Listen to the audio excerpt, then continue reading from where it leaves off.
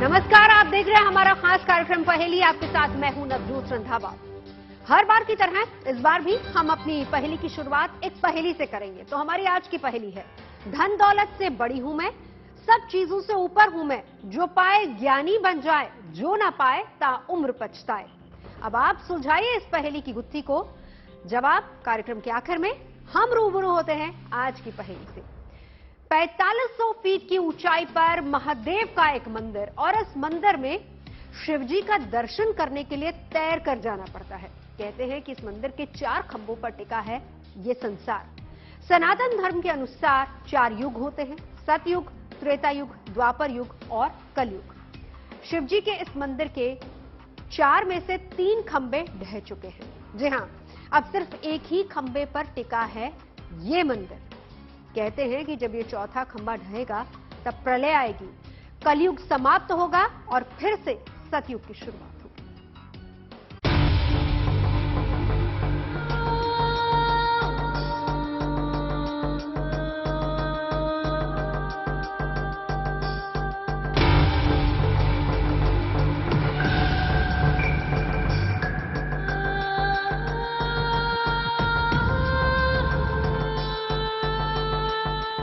ये पहेली है कुदरत के सौंदर्य में छिपे तिलिस्म की।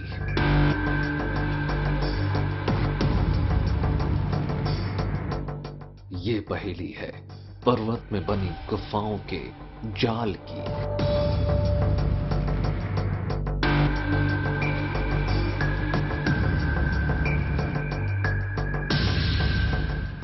ये पहेली है युगों के आरंभ और अंत की।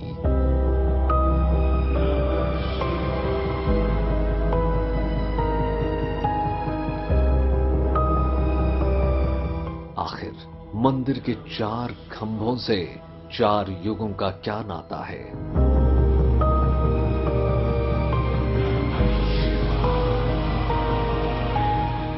आखिर एक खंभे पर टिके शिवलोक की ये कैसी पहेली है?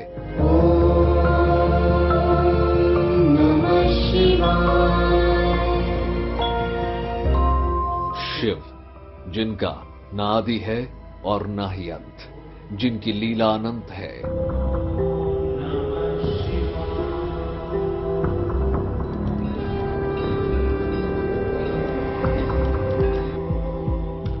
आस्था कहती है कि जब धरती हिम युग की चपेट में थी, तब देवों के देव महादेव ने कैलाश पर अपना ठिकाना बनाया।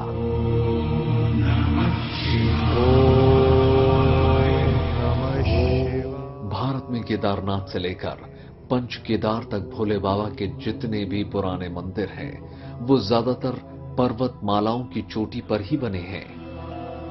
चाहे बाबा बर्फानी का अमरनाथ धाम हो या फिर कैलाश मानसरोवर का अलौकिक संसार, जहां जाकर एक दूसरी दुनिया में होने का एहसास होता है।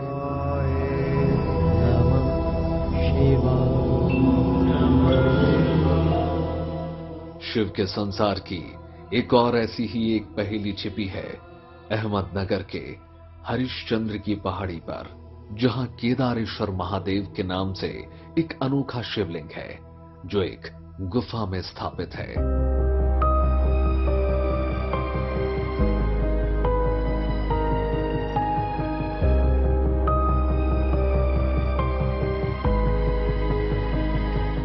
हैरानी शिवलिंग की गुफा में स्थापित होने को लेकर नहीं है, बल्कि हैरानी की बात तो यह है कि इस शिवलिंग के जलाभिषेक के लिए आपको कुंड पार करके जाना होता है, जो बिना डुबकी लगाए संभव नहीं है।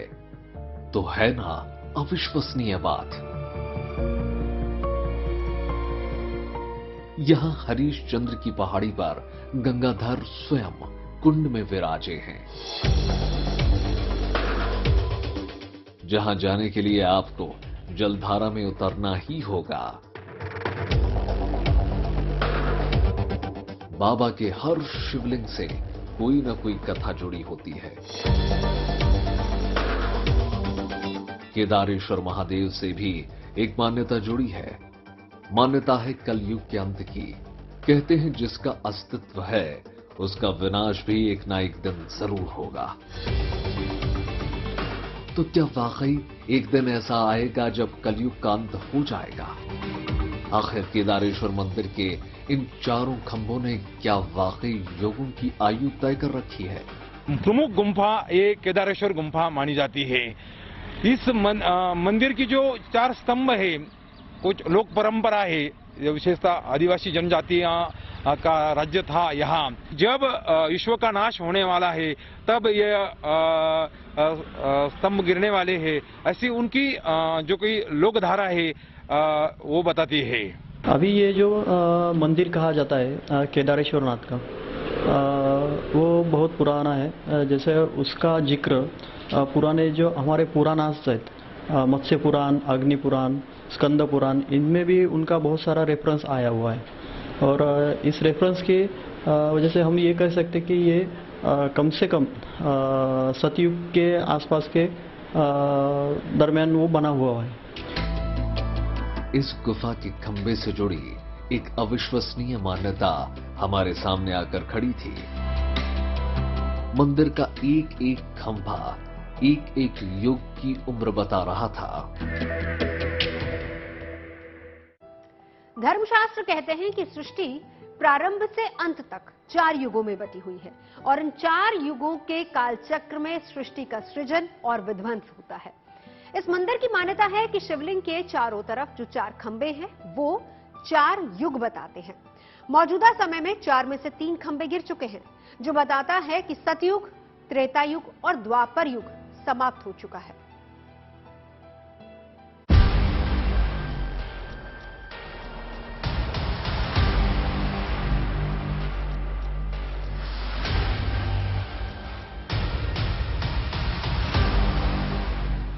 धर्म ग्रंथ कहते हैं कि धरती पर 4 युगों का चरण रहा है।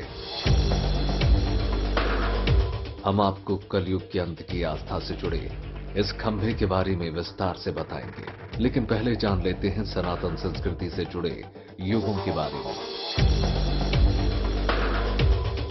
सबसे पहले आता है सतयुग, जहां भगवान विष्णु के मत्स्य, कूर्म, वराह और नरसिंह ये 4 अवतार हुए थे और शास्त्रों में सतयुग की आयु 17,28,000 साल की गई है। त्रेता युग दूसरा युग था जिसमें अधर्म का नाश करने के लिए भगवान विष्णु ने 3 अवतार लिए थे, जिसमें वामन अवतार, परशुराम अवतार और श्री राम अवतार के नाम से जाना जाता है इसको। और शास्त्रों ने त्रेता युग की अवधि 12,28,000 साल की मानी है। तीसरा युग द्वापर युग था, जिसमें भगवान विष्णु श्री कृष्ण के रूप में अवतरित हुए। इस काल में श्री कृष्ण ने कंस का वध किया, महाभारत के युद्ध में गीता का उपदेश दिया। शास्त्र कहते हैं कि द्वापर युग का कालखंड 8,64,000 साल का रहा है। मान्यता है कि चौथे युग यानी कलयुग में पाप अपने चरम पर होगा। धर्म ग्रंथ कहते हैं कि कलयुग में भगवान विष्णु का कल्कि अवतार होगा, जो दुष्टों का संहार करेगा और कलयुग की उम्र 4,32,000 साल मानी गई है। तो क्या वाकई कलयुग की अवधि पूर्ण होने पर केदारेश्वर गुफा में बने शिवलिंग का चौथा स्तंभ गिर जाएगा? हम ऊंचे ऊंचे पहाड़ों, गढ़ों के लिए मशहूर महाराष्ट्र में थे, जहां कभी मराठा साम्राज्य की तूती बोलती थी। शिवाजी राजे का भगवा पताका फहरता था। जब हम पहाड़ी के खतरनाक रास्तों से गुजर रहे थे तो हमें हर जगह ट्रैकर्स का समूह नजर आया, जिनका जज्बा सिर्फ इन विशाल चोटियों को फतह करना होता है। जबकि कुछ लोग यहां ध्यान लगाते भी दिखाई दे रहे थे। ट्रैकर्स के साथ हम भी पहाड़ी पर चढ़ रहे थे। तब पहाड़ों के दुर्ह को देखकर हमें राजाओं की व्यूह रचना साफ दिखाई दे रही थी। इन दुर्गम पहाड़ियों को देखकर समझा जा सकता था कि इन्हें जीतना कितना दुश्वार होता होगा। एक तारामती पीक है, उसके बाजू में एक बाले किला बोल के जो मेन किला बोलते हैं उस गढ़ का, तो वो भी वहाँ पे है। उसी के पास जैसे कोकन कड़ा है, कोकन कड़ा के एक बाजू में जाने के बाद एक रोहिदास किला भी है, जो एक्चुअली इनका ऐसा कुछ रिलेशन नहीं है, पर इसके आसपास जो है वो एक रोहिदास किला भी है। और हरिश्चंद्रगढ़ जो है उस पर चढ़ने के लिए जैसे बोला जाता है कि अराउंड एक 18 मार्ग है या तो फिर 22 मार्ग है, ऐसे कुछ बोला जाता है। ये पहाड़ियां कोकनकड़ नाम से मशहूर हैं क्योंकि इस चट्टान का मुंह पश्चिम की ओर है और कोंकण इलाका यहां पर है, इसलिए इसे ये नाम दिया गया। इस चट्टान से एक अजूबा जुड़ा हुआ है। ये चट्टान न केवल खड़ी है बल्कि ऊपर की ओर लटकी भी हुई है। अब जहां की घाटी में धुंध होती है और सूरज निकलता होता है तो यहां पर गोलाकार इंद्रधनुष बन जाता है।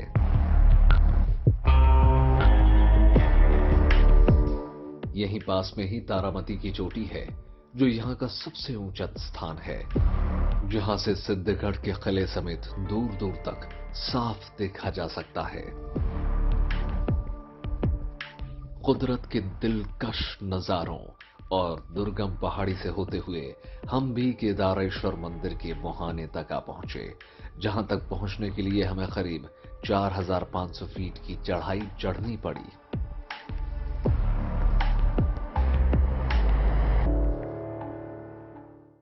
दावा यह किया जाता है कि हरिश्चंद्रगढ़ और केदारेश्वर शिवलिंग का जिक्र अग्नि पुराण, स्कंद पुराण, मत्स्य पुराण और पद्म पुराण में मिलता है, जबकि ऐसा कहा जाता है कि इस हरिश्चंद्रगढ़ का निर्माण 6वीं शताब्दी में कलचुरी राजवंश के दौरान हुआ था। दावा किया जाता है कि यहां बनी ये गुफाएं 11वीं सदी की हो सकती हैं।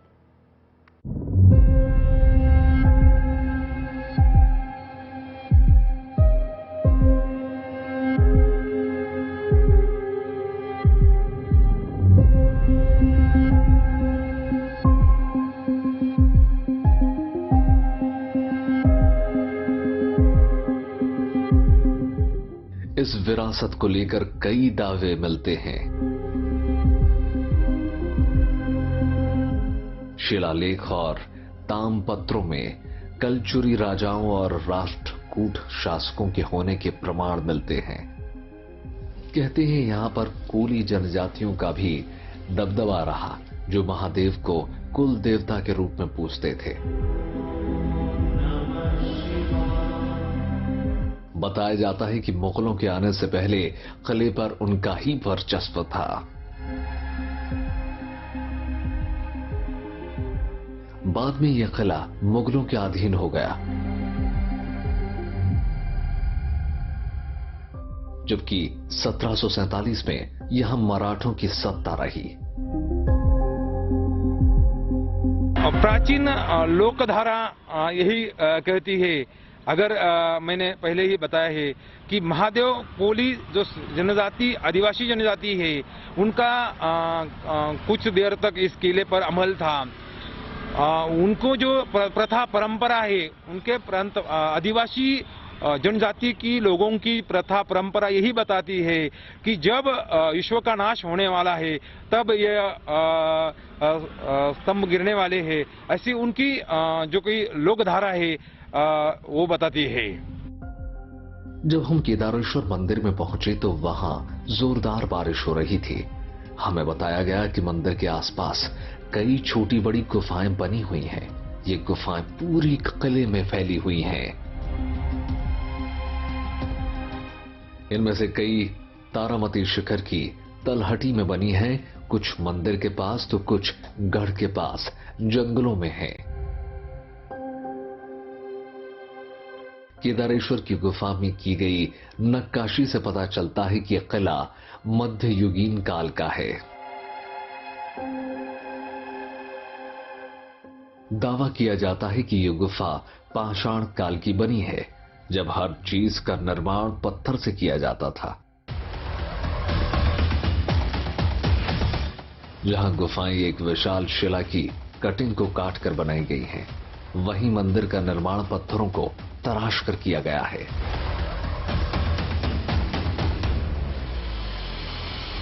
हमें इस किले में सप्त तीर्थ या विष्णु तीर्थ है, हरिचंद्रेश्वर टेम्पल है, ये आकर्षण के जो कोई स्थल है इस किले में, वो उसमें केदारेश्वर के बहुत बड़ा आकर्षण का स्थल है और उसे धार्मिक दृष्टया बहुत बड़ा महत्व भी है।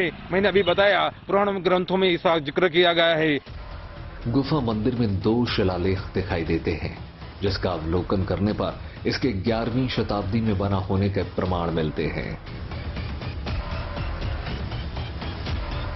एक शिलालेख की हालत पढ़ने लायक नहीं है, जबकि दूसरा शिलालेख कहता है कि यहां कुलचुरी राजा भोग शक्ति का शासन था, जबकि यहां लिखा ताम्रपत्र कहता है कि यहां राष्ट्रकूट राजाओं ने गुफा मंदिर बनवाए थे।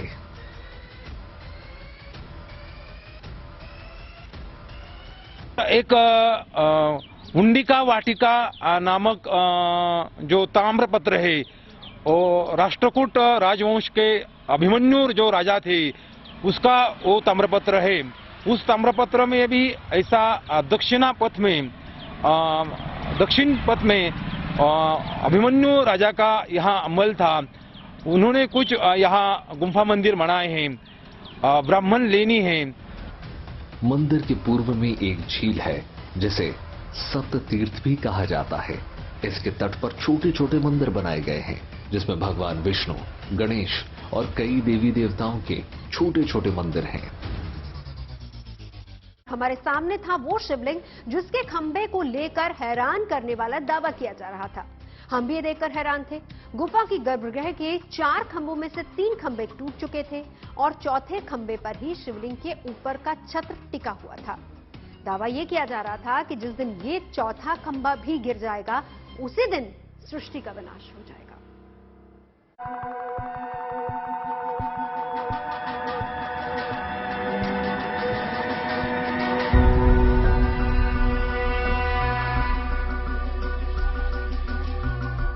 हमारे सामने वो विशाल शिवलिंग था जो करीब 5 फीट ऊंचा था, जो पूरी तरह से पानी से घिरा हुआ था।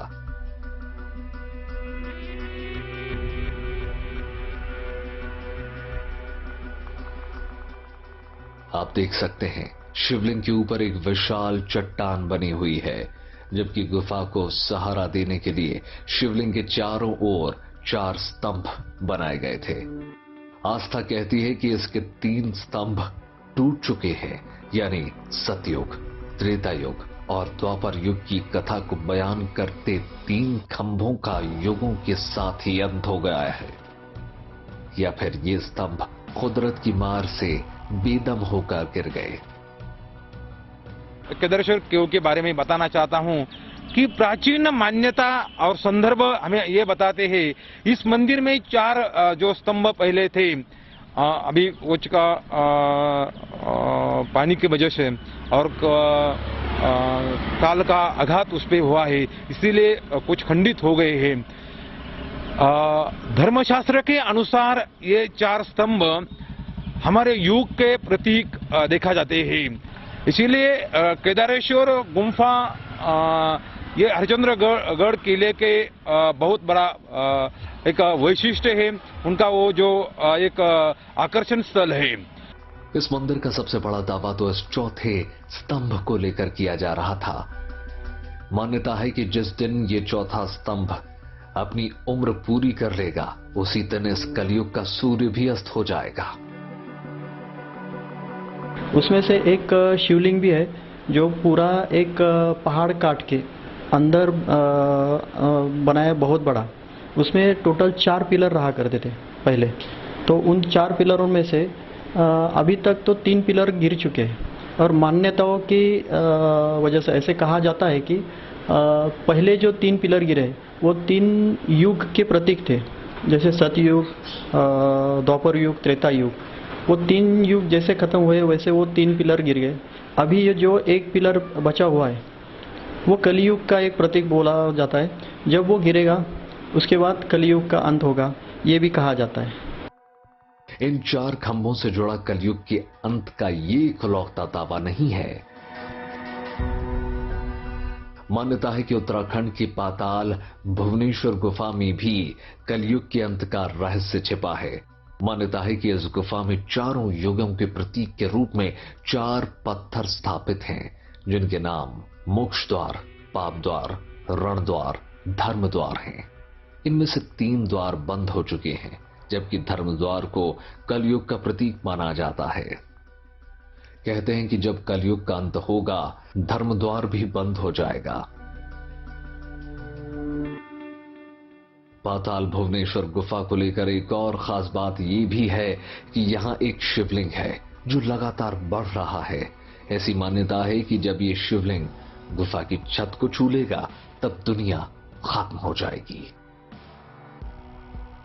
सनातन संस्कृति में दैवीय स्थानों से कोई न कोई कथा जरूर जुड़ी होती है, जो कि हमारी आस्था और धर्म के आधार है।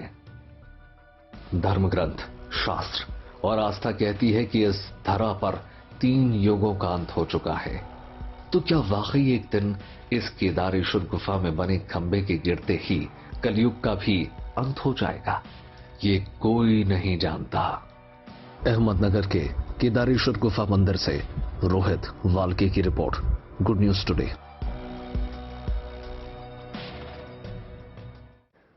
सदियों से आस्था से जुड़े हैं हमारे धर्म ग्रंथ, वेद और पुराण, जो युगों युगों से इंसानी सभ्यता का मार्गदर्शन करते आ रहे हैं।